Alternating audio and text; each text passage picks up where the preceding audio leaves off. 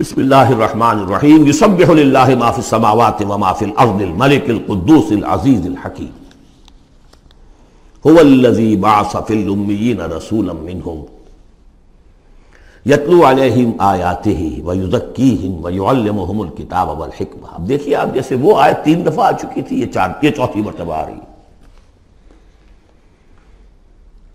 وہ بنیادی طریقہ کار کیا تھا؟ قرآن کی تلاوت۔ قرآن اس مقناطیس کے مانند تھا کہ جس کے اندر جس کی روح بیدار ہے اس کو کھینچ لے گا۔ یہ ہے آپ کا آلہ دعوت۔ اب آپ کے پاس وہ آ گئے جو سلیم الفطرت، کسی درجے میں سلام، جن کی زیادہ سلیم الفطرت اور زیادہ جو ہے وہ فوراً آ گئے۔ کچھ کو تھوڑا سا وقت لگا، پھر کچھ اور وقت لگا، کچھ اور وقت لگا، تو 12 برس میں مکے کی جو ہے وہ ہانڈی کے اندر پوری طرح بلو کر نکال لیا گیا۔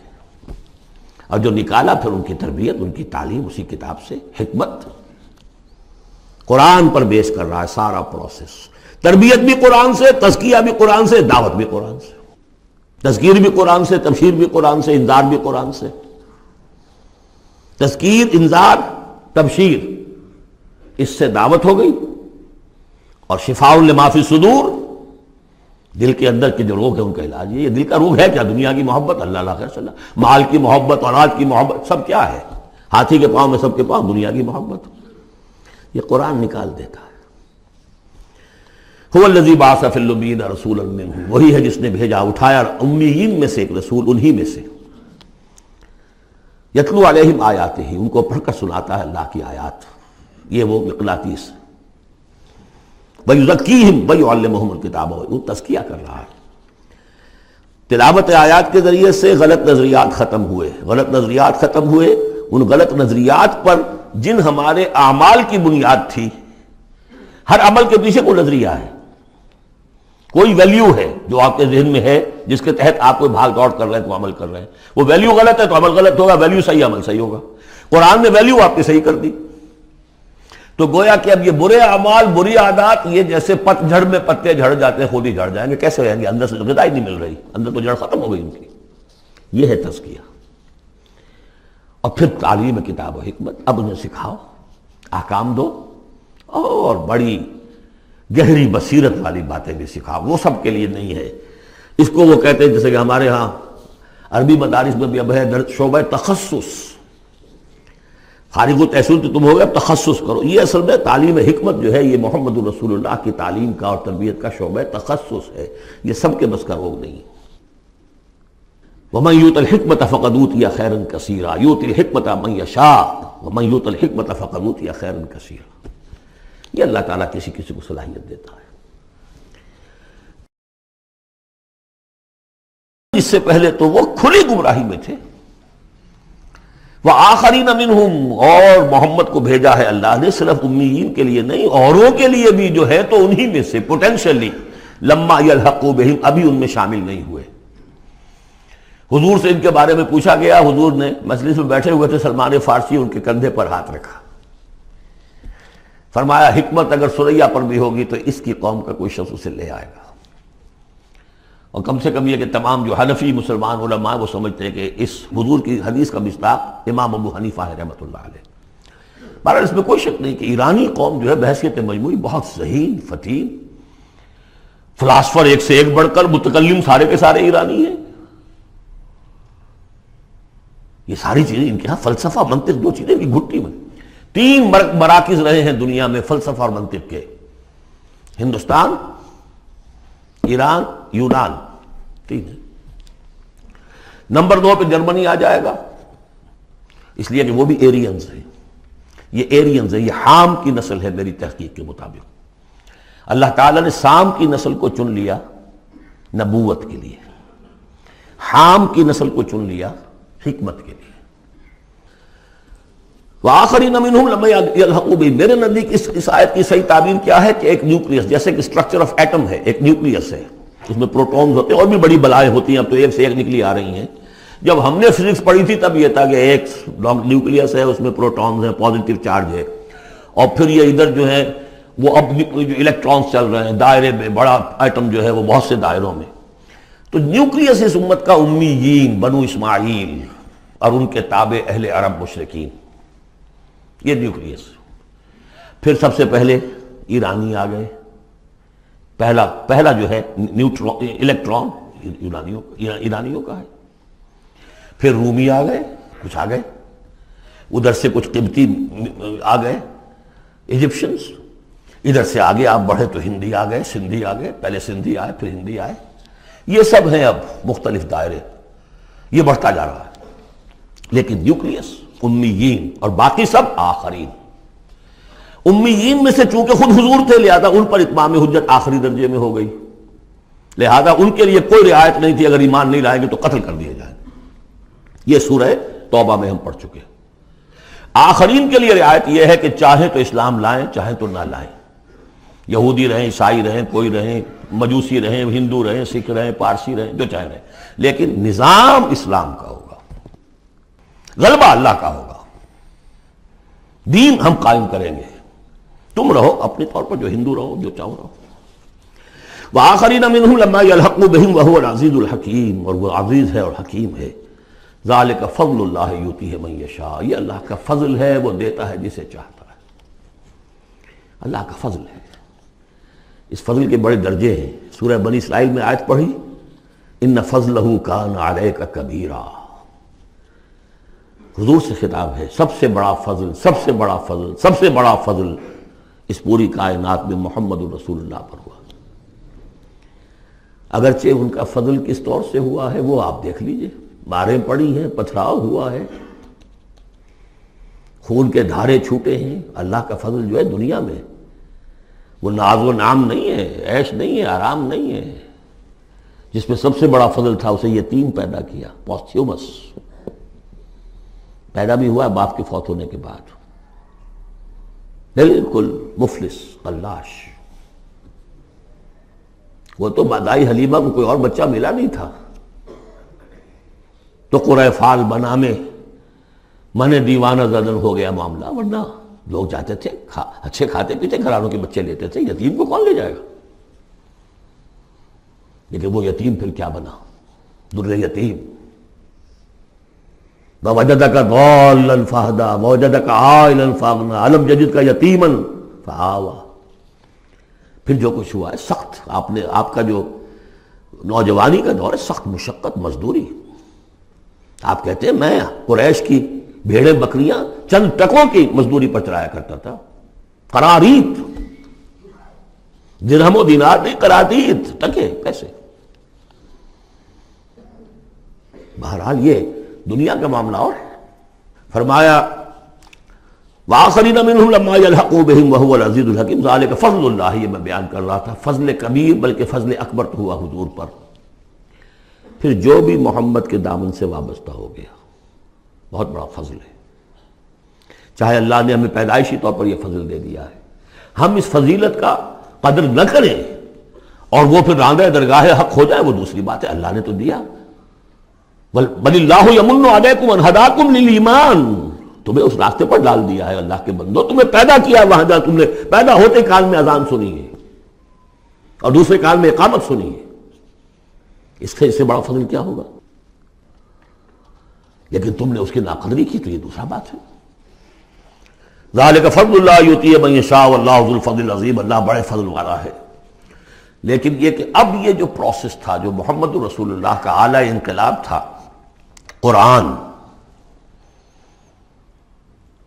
اب محمد تو جا رہے ہیں صلی اللہ علیہ وسلم، یہ پروسیس آگے کون جاری رکھے گا؟ نبی تو کوئی اور آنا نہیں۔ لہذا حضور نے کہا خطبہ حجۃ الوداع میں، قد ترکت فیکم ما ان تمسکتم بہ او اعتصمتم بہ لن تضلوا ابدا کتاب اللہ، میں چھوڑ کر جا رہا ہوں، یہ محمد کے قائم مقام ہے، یہ قرآن، یہ عصائے موسیٰ سے 100 گنا بڑا معجزہ ہے۔ عصائے موسیٰ صرف موسیٰ کے ہاتھ میں تھا تو معجزہ تھا، بعد میں تو وہ لٹھیا کی لٹھیا ہے، اور کیا ہے، پڑا ہوگا کسی ٹرنک کے اندر، شاید ہو اب بھی، جیسے کہ کہتے ہیں یہودی ہے لاٹھی ہے، اب وہ سانپ تو نہیں بنے گا کسی کے لیے۔ یہ معجزہ ہے جو ہر ایک کے ہاتھ میں آ سکتا ہے، بشرطے کہ اس کا حق پہچانے، اس کا حق ادا کرے۔ اس کی قدر و قیمت کو جانیں.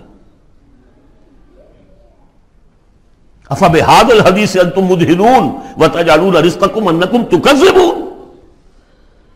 اس کے ساتھ تمہارا یہ معاملہ ہے، یہ مداہنت ہے.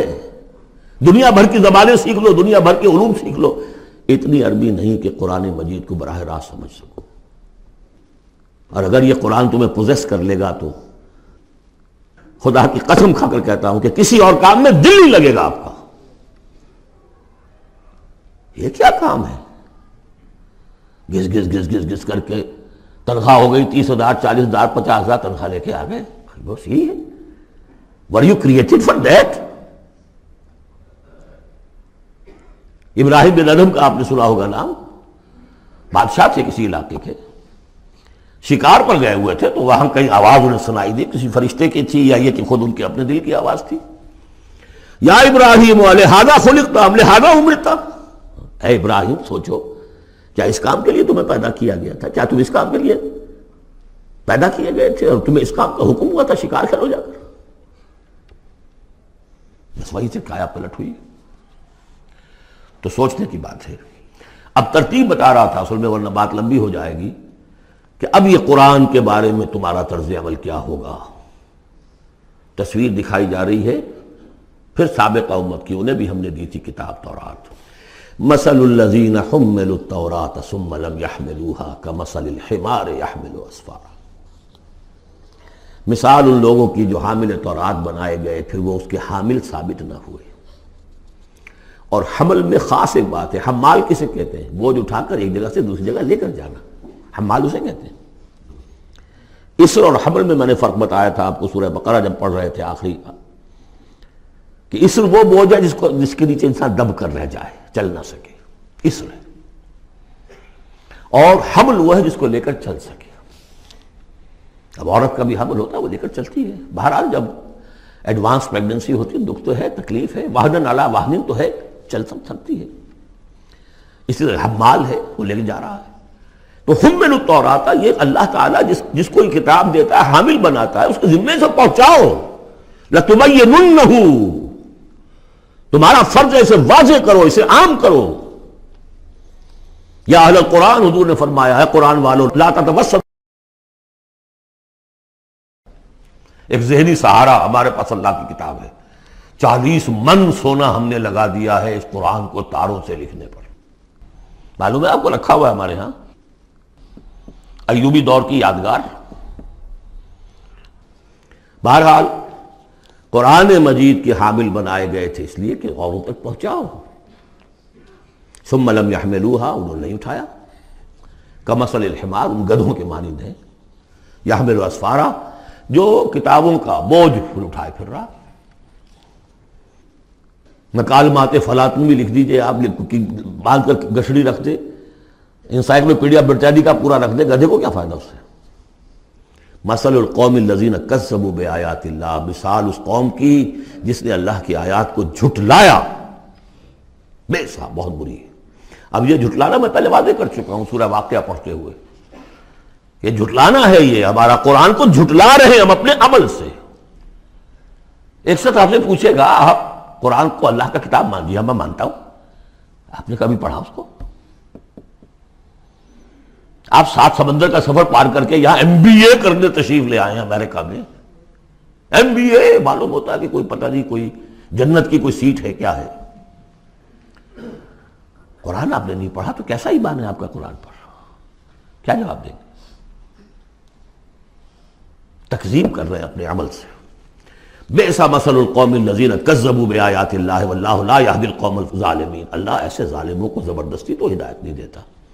اللہ کی ہدایت ایسی گھٹیا شے تو نہیں ہے، اتنی حقیر شے تو نہیں ہے. اب دیکھیے 4 آیتیں، یہ یہاں پر بھی 4 4 جمع 3 کی تقسیم ہے. 4 آیتیں پوری ہو گئی تھی. حضور کی بعثت 2 میں ہے. امیین نیوکلیس ہے، آخرین سب الیکٹرانز ہیں اس کے چاروں طرف. یہ ملٹی نیشنل امت ہے. ملٹی نیشنل فرمز تو آپ کو معلوم ہے، ملٹی نیشنل. جبکہ سابق جو امت تھی بنی اسرائیل، وہ یونی ریشیل، ایک نسل کی. یونی ریشیل، یونی نیشنل، یہ multi racial, multi national. Hindi بھی، فارسی بھی، ایرانی بھی، ترک بھی، چینی بھی. اب تو دنیا کا میں نہیں سمجھتا کہ کوئی قوم رہ گئی ہو، کوئی نسل رہ گئی ہو جس میں کچھ نہ کچھ مسلمان موجود نہ ہوں. اور دوسری بات یہ کہ حضور کا بنیادی کیا ہے؟ اعلیٰ دعوت، اعلیٰ تربیت، جس سے کہ مردان کار تیار کیے جو جہاد اور قتال کریں گے، وہ ہے قرآن. اب آگے 4 آیتوں میں وہ جو طرز عمل ہمارا ہو گیا اس کی تصویر دکھائی جا رہی ہے بنی اسرائیل کے طرز عمل میں. مثل الذین حملوا التوراة ثم لم يحملوها كمثل الحمار يحمل اسفارا بئس مثل القوم الذین كذبوا بآیات اللہ واللہ لا يهدی القوم الظالمین. اس کے بعد نتیجہ کیا نکلتا ہے؟ جو آیات الہیہ سے رشتہ ٹوٹے گا تو سہارا کیا چیز رہ جائے گی؟ ہم تو اللہ کے چہیتے ہیں، لاڈلے ہیں، ہمیں تو جہنم میں کوئی جھونک ہی نہیں سکتا. جھونکے گا بھی تو دوسروں کی آنکھ میں دھول جھونکنے کے لیے چند دن کے لیے، ہمیں بھی ڈال کے فوراً نکال لیں. اللہ کو بھی چوری کرنی ہے، خیانت کرنی ہے، ہمارے لیے کرنی ہے. اور ہم جیسے بھی کچھ ہیں، جو بھی کچھ ہیں، زانی ہیں، شرابی ہیں، جو بھی کچھ ہیں، لیکن تیرے محبوب کی امت میں، جب تیرے محبوب کی امت میں ہے سیلویشن از گارنٹیڈ، شفاعت تو ملنی ہی ملنی ہے. بہت زیادہ کرنا ہے تو کسی بزرگ کی مزار پہ دیگے بھی چڑھا ہے، بس اور کیا لیں گے. یہ ہے وہ سارا معاملہ، یہ ہے وہ امانی، یہ ہے وہ من گھڑت خیالات، یہ ہے وہ وشفل تھنکنگ سے جو عقیدوں کی شکل بن جاتی ہے، جس کی وجہ سے عمل سے، وہ جو اقبال نے کہا کہ پتہ نہیں نام کیا ہے اس کا، خدا فریبی کہ خود فریبی، عمل سے فارغ ہوا مسلمان بنا کے تقدیر کا بہانہ. وہ تقدیر کی بجائے آپ یہاں یہ عقائد جوڑ لیجئے تو پھر عمل کی کیا ضرورت ہے؟ بے وقوف ہوگا جو عمل کرے. رشوت نہ لے، حیش نہ کرائے بچوں کو، بے وقوف ہے، احمق ہے، پاگل ہے. قل یا ایھا الذین ھادوا ان زعمتم انکم اولیاء للہ من دون الناس، کہہ دیجئے اے نبی، اے وہ لوگو جو یہودی ہو گئے ہو، اگر تمہارا واقعی یہ گمان ہے کہ تم اللہ کے دوست اور اللہ تمہارا دوست ہے. ان زعمتم، زوم کا لفظ اردو میں بھی بولتے ہیں خیال خام کے لیے، بڑا زوم ہو گیا اسے. ان زعمتم، اگر تمہیں یہ خیال خام لاحق ہو گیا ہے، انکم اولیاء للہ من دون الناس فتمنوا الموت ان کنتم صادقین، یہ سورہ بقرہ میں آ چکا مضمون. اگر ایسے واقعی خیال ہے تو تمہیں موت کی تمنا کرنی چاہیے. دوست سے ملنے کی آرزو ہوتی ہے یا ہجر کی؟ وصال چاہیے یا ہجر چاہیے؟ ولا یتمنونہ ابدا بما قدمت ایدیہم، یہ ہرگز تمنا نہیں کر سکتے موت کی. کیوں؟ بسبب اس کے جو ان کے ہاتھ آگے بھیج چکے ہیں. انہیں معلوم ہے ہم نے کیا کرتوت آگے بھیجے. بل الانسان علی نفسہ بصیرہ، انسان کو خود معلوم ہے کہ میں کیا کچھ بھیج چکا ہوں، کیا کیا کمائیاں کی ہیں، کیا کیا حرام خوریاں کی ہیں. وہ سارے کے سارے جو ہیں وہ تو آگے بھیجے ہوئے ہیں. واللہ علیم بالظالمین، اللہ ان ظالموں سے خوب واقف ہے. قل، اے نبی ان سے کہہ دیجئے، ان الموت الذی تفرون منہ فانہ ملاقیکم، وہ موت جس سے تم بھاگتے ہو وہ تم سے ملاقات خود فرما لے گی. تم بھاگتے رہو، انہ ملاقیکم، وہ آن کھڑی ہوگی سامنے. ثم تردون الی عالم الغیب والشہادہ، پھر تمہیں لوٹا دیا جائے گا اس ہستی کی طرف جو غیب اور شہادہ سب کا جاننے والا ہے. جو تمہارے سامنے ہے اس کا بھی، جو تمہارے پیچھے ہے اس کا بھی، جو بحیثیت نوع انسانی تمہارے لیے کھول دیا گیا اس کا بھی، اور جو تمہارے سے غیب میں رکھ دیا گیا اس کا بھی. فَيُنَبِّئُكُم بِمَا كُنتُمْ تَعْمَلُونَ، پھر وہ تمہیں جتلا دے گا جو کچھ تم کرتے رہے تھے. یہ دوسرا حصہ ہو گیا 4 آیات کا. گویا کہ جو کتاب محمد رسول اللہ دے کر گئے ہیں، قد ترکتم، اور جس کے لیے حکم دے کر گئے تھے کہ اب تمہارے ذمے ہے، میرے کندھے پر سے یہ بوجھ اتر کر تمہارے کندھوں پر آ گیا ہے. الا هل بلغت انا نشهد انك قد بلغت واديت ونصحت، انا نشهد انك قد بلغت الرسالة واديت الامانة وكشفت الغمة. یہ تو گواہیاں لی ہیں. اس کے بعد اللہم اشہد، اللہم اشہد، اے اللہ تو بھی گواہ رہے، یہ مان رہے ہیں. اور پھر فَلْيُبَلِّغِ الشَّاهِدُ الْغَائِبَ، ایک سائی آف ریلیف. میرے کندھے پر جو بوجھ تھا، اِنَّا سَنُلْقِي عَلَيْكَ قَوْلًا ثَقِيلًا، آج وہ بوجھ میرے کندھے سے اتر گیا، لیکن تمہارے کندھوں پر آ گیا. مجھے تو صرف امیین تک یہ فرض براہ راست انجام دینا تھا، تمہیں پوری نوع انسانی تک انجام دینا ہے. Heavy burden. اس کے لیے یہ ہے دوسرا حصہ 4 آیات کا. اب تیسرے حصے میں اس قرآن کی تعلیم عام، تعلیم بالغان کا جو ایک نظام قائم کیا گیا اس کا ذکر ہے. جمعہ کیا ہے اصل میں؟ اب رہ گئی رسم ادا روح بلالی نہ رہی، فلسفہ رہ گیا تلقین غزالی نہ رہی. یہ جمعہ کیا ہے؟ یہ حزب اللہ کا ہفتے وار اجتماع ہے. کمیونسٹوں کو بھی ایجاد کرنے پڑے تھے ہفتے وار اجتماع، ہفتے وار اجتماع، اسٹڈی سرکلز. اس لیے کہ انقلابی کارکن کے ذہن میں جب تک اس کا نظریہ تازہ نہ رہے وہ قربانی کیسے دے گا؟ قربانی تو ہر لحظہ آئے گی، ہر آن آئے گی، قدم قدم پر آئے گی. لہذا اس نظریے کا، نصب العین کا، اپنے مقصد کا شعور بالکل کانشس لیول کے اوپر مستحضر رہنا چاہیے. لہذا اجتماعات. اب ظہر کی نماز کی بجائے جمعہ، وہاں 4 فرض ہیں، 2 کر دیے، 2 کی جگہ خطبہ. خطبہ کس لیے؟ تعلیم قرآن، تعلیم بالغان. ظاہر ہے وہاں کالجز نہیں تھے، کتابیں نہیں تھی، پریس نہیں تھے، چھاپے خانے نہیں تھے، آڈیوز نہیں تھے، ویڈیوز نہیں تھے، کچھ بھی تو نہیں تھا. لیکن ایک نظام ہے. ہفتے میں ایک دن ایسا نکال لو، اگرچہ پورا دن نہیں چاہیے، یوم سبت کی طرح نہیں ہے. نہاؤ دھو، اچھے کپڑے پہنو، خوشبو لگاؤ، آؤ مسجد میں چل کر. پہلی گھڑی میں آ جاؤ گے تو اتنا ثواب ہوگا جتنا کہ ایک اونٹ کی قربانی کا. ہم نے آنکھوں سے دیکھا ہوا بچپن میں 7-8 بجے کے قریب مسجدوں کے اندر ہجوم ہوتے تھے، لوگ پہنچ جاتے تھے گاؤں سے. اس لیے گاؤں میں جمعہ ہوتا نہیں تھا. اب تو ایک خاص مسلک ہمارے ہاں جو آیا، انہوں نے 4 آدمیوں پہ بھی جمعہ کھڑا کر دیا. تو اب خام خواہ کاہے کو جائے گا کوئی آدمی؟ یہ تھا کہ جو مسئلے جامع نہ ہو، جو ایک شہر نہ ہو جس کے اندر کہ کوئی حکومت کا ایک بڑا افسر نہ رہتا ہو، تو اس کے بغیر جمعہ نہیں ہوتا.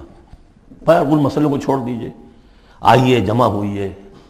کوئی نائب رسول منبر رسول پر کھڑے ہو کر وہی عمل کرے، یتلو علیہم آیاتہ ویزکیہم ویعلمہم الکتاب والحکمہ، تاکہ یہ پروسیس اب ابدی ہو جائے امت کے اندر. اس لیے جمعے کی یہ اہمیت ہے کہ فرمایا گیا کہ 3 جمعے بھی چھوڑ دو گے بغیر عذر کے لَيَخْتِمَنَّ اللَّهُ عَلَىٰ قَلْبِهِ، اس شخص سے، ایسے شخص کے دل کے اوپر اللہ تعالیٰ مہر کر دیتا ہے. لیکن بات یہی ہے کہ وہ ساری حکمت ختم، وہ مقصد ختم. نہ وہ مقصد ہے، رہ گئی رسم ادا روح بلالی نہ رہی، اور فلسفہ رہ گیا تلقین غزالی نہ رہی. جمعہ ہے پھر بھی کھنڈر بتا رہے ہیں عمارت عظیم تھی. اب بھی جو اہتمام ہوتا ہے جمعے کے لیے کھنڈر ہی صحیح، لیکن بتا رہے ہیں کہ یہ کتنی بڑی عظیم عمارت تھی. یا ایھا الذین آمنوا اذا نودی للصلاۃ من یوم الجمعۃ فاسعوا الی ذکر اللہ وذروا البیع. اے ایمان والو، جب تمہیں پکارا جائے نماز کے لیے جمعے کے دن، یعنی جمعے کی نماز کے لیے، تو لپکو اور دوڑو ہر طرح کے کاروبار کو چھوڑ کر اللہ کے ذکر کی طرف، اور چھوڑ دو کاروبار. اور یہاں ذکر سے مراد نماز تو ذکر ہے ہی، اصل میں خطبہ ہے. ذالکم خیر لکم ان کنتم تعلمون، یہی تمہارے لیے بہتر ہے اگر تم علم رکھتے ہو. فَإِذَا قُضِيَتِ الصَّلَاةُ فَانتَشِرُوا فِي الْأَرْضِ وَابْتَغُوا مِن فَضْلِ اللَّهِ. یہودیوں کا جو یوم سبت والی وہ سختی نہیں ہے، صبح کا زیادہ وقت تو مطلوب ہے کہ لگے اس کام میں، لیکن جمعے کے بعد پھر آپ جائیں اپنے کام میں لگے. جب نماز ادا ہو چکے اب تم زمین میں منتشر ہو سکتے ہو، جاؤ اللہ کا فضل تلاش کرو. وَابْتَغُوا مِن فَضْلِ اللَّهِ وَاذْكُرُوا اللَّهَ كَثِيرًا لَعَلَّكُمْ تُفْلِحُونَ، اور اللہ کو یاد کرو کثرت سے تاکہ تم فلاح پاؤ. وَإِذَا رَأَوْا تِجَارَةً لَمْ يَدْخِلُوا، یہ بھی کمزوری آ گئی جو مسلمانوں کے اندر ایک پیدا ہوئی تھی، اس کا طرف اشارہ کر دیا گیا اس صورت میں بھی. جب انہوں نے دیکھا کوئی تجارت کا معاملہ یا کوئی اور کھیل کود، انفضوا الیہا، تو خاص منافقین جو تھے وہ دوڑ کے چلے جاتے تھے. وترکوک قائما، اور آپ کو چھوڑ جاتے تھے کھڑے ہوئے. اور اس لیے کہ عام خیال یہ ہے کہ عام طور پر پہلے جو ہے خطبہ جیسے عیدین میں بعد میں ہوتا ہے، ایسے ہی جمعے کا خطبہ بھی بعد میں ہوتا ہے. سمجھا انہوں نے نماز تو ہو گئی چلو. فرمایا نہیں، قل ما عند اللہ خیر من اللہو والتجارہ، ان سے کہہ دیجئے جو اللہ کے پاس ہے وہ کہیں بہتر ہے اس کھیل کود سے بھی، تجارت سے بھی. واللہ خیر الرازقین، اور اللہ بہترین رزق عطا کرنے والا ہے.